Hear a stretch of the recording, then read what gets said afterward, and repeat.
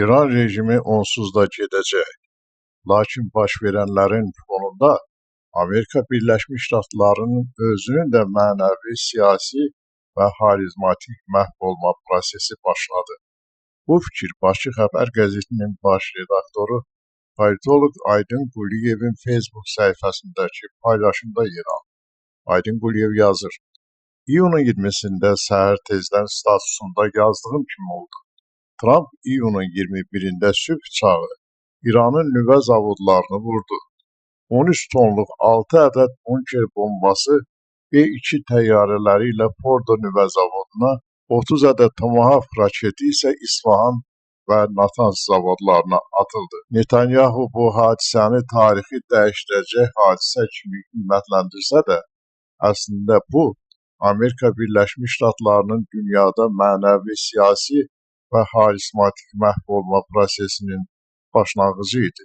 İran rejimi təbii ki, qeyri-təbii və insan haqları kimi dəyərlərlə uyğunlaşmaz rejim kimi daimi mövcudluq haqqına və gücünə malik deyil və onun mövcudluğu bütün hallarda uzun sürməz, sürməyəcək də və İran xalqının iradəsi ilə dəyişdiriləcək.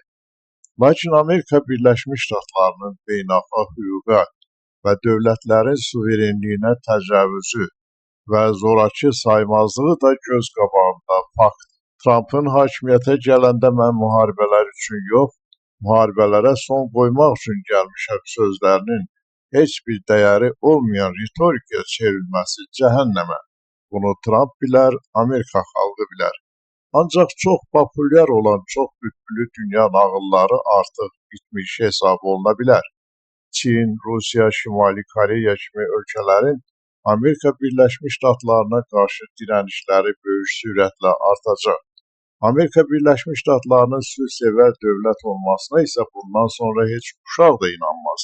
Əksinə, müşahidələr göstərir ki, Rusiyanın sülh siyasətində səmimiyyət potensialı getdikcə Amerika Birləşmiş Ştatlarını üstələyəcək. Amerika Birləşmiş Ştatlarının imici bitdi. Bu dövlət köhnə dünyanın düzənini yeni hegemonluq düzəni ilə əvəzləmək istəyir. Dünyada heç də bütün ölkələrin bu iddia ilə barışmayacağı aydındır.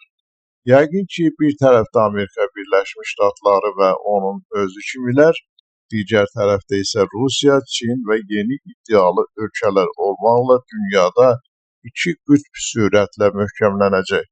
Bu dövrün dünya ölkələrinə mühüm mesajlarından biri belə olacaq. Amerika Birləşmiş Ştatları hüquq, demokratiya, insan haqları məsələsində daha dünyaya nümunə ola bilməz. Trump'ın bu hərəkəti isə Truman'ın 1945-ci ildə Yaponiyaya atdığı 2 atom bombası kimi mürtəci bir faktdır. Truman'ın addımı nisbətən yüngül sayıla bilər. Çünki o zaman hamının qəbul etdiyi beynəlxalq hüquq deyilən bir şey yox idi. Trump isə beynəlxalq hüquqa açıq şəkildə tüpürdü.